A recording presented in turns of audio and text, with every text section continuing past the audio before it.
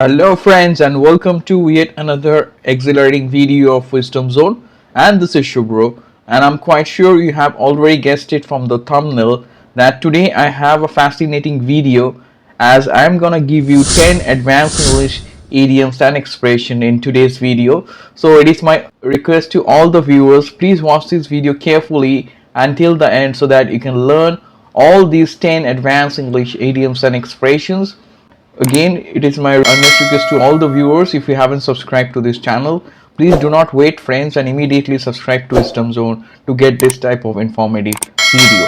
So without wasting any more time, let's get started. 3, 2, 1. So friends, welcome back once again to this wonderful session on 10 advanced English idioms and expressions. And as I have promised, today I'm gonna give you 10 extremely advanced English idioms and expressions, and they are quite new for you, and you will be able to use all these 10 advanced English idioms and expressions in your everyday English conversation to sound dynamic, and you can also incorporate them smartly in your writing also. So before I move ahead, let me quickly remind all the viewers I have provided some more videos on idioms in the description, so please do not forget to check those videos on idioms given in the description. So without further ado, let's get started with today's 10 advanced English idioms and expressions. So friends, as you see, the first advanced English idiom which I'm gonna discuss is on your screen, that is by leaps and bounds. I hope you see it's on your screen. By leaps and bounds. It sounds quite fascinating, isn't that? So let me tell you. So it means to develop or get better very quickly. So let me show you how to use it. Tom's performance has improved by leaps and bounds. So I'm quite sure it's clear. Tom's performance has improved leaps and bounds means his performance has improved very quickly. So like this way you can incorporate this wonderful advanced English idiom. So up next we are going to focus on the second advanced English idiom for today, which you see on your screen, that is wear your heart on your sleeve. So as I already mentioned, this idiom is quite essential. So wear your heart on your sleeves means to openly and easily show your emotions or feelings. When you openly tend to show your emotions or feelings to others without hiding them, that's called wear your heart on your sleeve. So I'm quite sure it's crystal clear.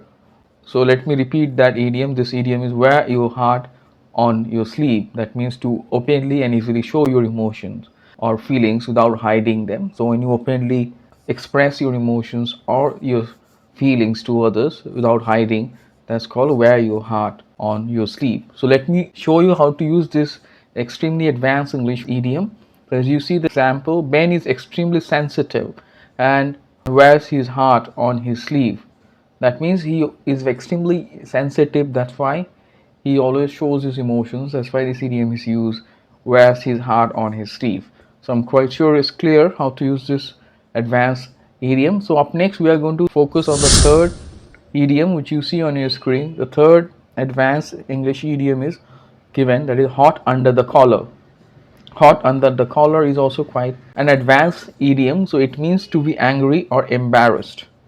To feel angry or to be embarrassed is called hot under the collar. So let me show you how to use this fascinating idiom. My boss got very hot under the collar when I contradicted him.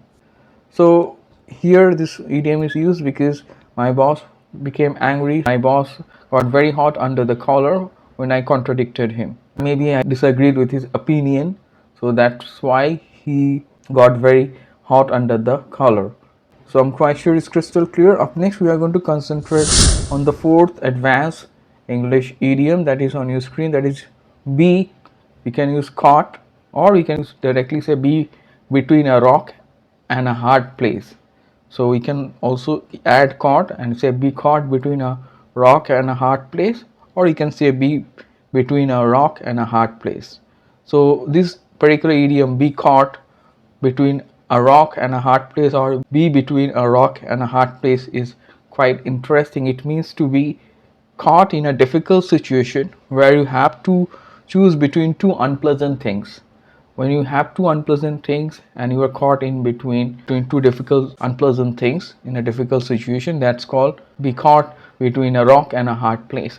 So let me show you how to use this advanced idiom. As you see the example, Sam is caught between a rock and a hard place, as he can either stay at his current job with low pay or accept a job he doesn't like but with better pay.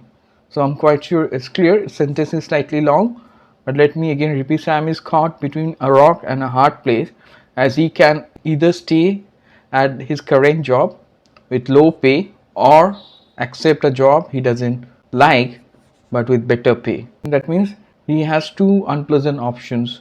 He has to choose one of them, right? So that's why this idiom is you caught between a rock and a hard place. Okay, both are unpleasant. So I'm quite sure it's crystal clear. Up next, we are going to focus on the next one. As you see, the next and the fifth advanced English idiom is break the ice. Break the ice is also extremely useful. It means to make people who have not met before feel more comfortable with each other. So that's called break the ice. So let me show you how to use it. The trainer decided to crack some jokes to break the ice. I'm quite sure it's clear. Maybe the candidates or the trainees were nervous and they were tentative. That's why, to make them feel comfortable, the trainer decided to crack some jokes. That's why this particular idiom is used, that he decided to crack some jokes to break the ice. That means to make them feel comfortable. So I'm quite sure it's crystal clear. Up next, we are going to focus on the sixth one, that is on your screen. Extremely useful and interesting also. So the sixth advanced idiom which we have is, as you see on your screen, that is cat got your tongue. Type of question we ask, cat got your tongue.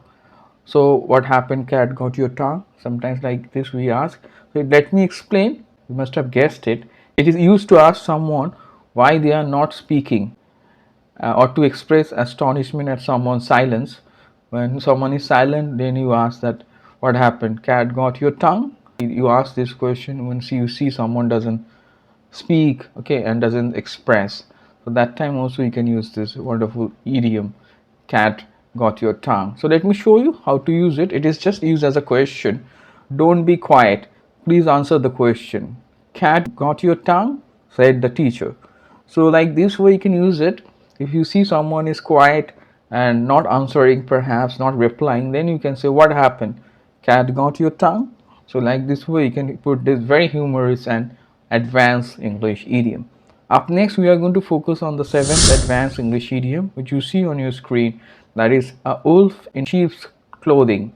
I am quite sure you must be wondering, it's a wonderful idiom and it's a new one for you, I guess, right? So today I'm here to give you some advanced and new ones. So let me explain. This idiom, a wolf in sheep's clothing, means someone who appears friendly or ordinary perhaps, but is really very dangerous or evil. So that time we use this wonderful idiom, wolf in sheep's clothing. That means someone who is deceptive, who shows that he's friendly and ordinary, but he's very dangerous or wicked or evil. So let me show you how to use it. Smith thinks that his new neighbor is a wolf in sheep's clothing. So I'm quite sure it's crystal clear. That means he thinks that he's a wicked or an evil person and he pretends to be very friendly and ordinary and innocent. So I'm quite sure it's crystal clear how to use this fascinating idiom. Up next, we are going to turn our attention towards the eighth advanced English idiom for today. It is also a type of expression, you can say. This one is more or less of an expression. Let me show you this one that you see, that is at stake. It is more of an expression than idiom, I would say. At stake means at risk or in danger of being lost. Let me show you how to use it. Our boss asked us to meet the deadline as his reputation was at stake. So I'm quite sure it's clear. That means his reputation was at stake, means it was at risk. So I'm quite sure it's clear. Up next, we are going to focus on the ninth advanced English expression. This is also a type of expression. It means to deliberately confuse someone, is to blow smoke. So let me show you how to use it. Don't believe his promises, he's just blowing smoke. So like this way you can use this wonderful idiom, blow smoke, that is to deliberately confuse someone. So up next, we are going to concentrate on the last one, as you see, which is on your screen. It is also a fascinating and advanced English idiom. This idiom, a feather in one's cap, means a type of accomplishment or achievement. Okay, someone is proud of is called a feather in one's cap. So let me show you how to use this advanced English idiom. Winning the dance competition was a feather in his cap. That means it was a kind of a remarkable achievement or accomplishment for him. So that's why this idiom is used, a feather in his cap. So I'm quite sure you have understood this one also. So friends, today again I gave you 10 extremely advanced English idioms and expressions. They are quite important and advanced, and some of them are quite new, I guess, for you. So please try to use them, make sentences, and comment below. And again, it is my request to all the viewers, if you haven't subscribed to this channel, please do not wait, friends, and immediately subscribe to Wisdom Zone and hit the bell icon to get the first notification of this type of advanced videos on idioms, vocabulary, and spoken English, and many more. So stay tuned for further informative videos, and do not forget to like, share, comment, and subscribe to Wisdom Zone.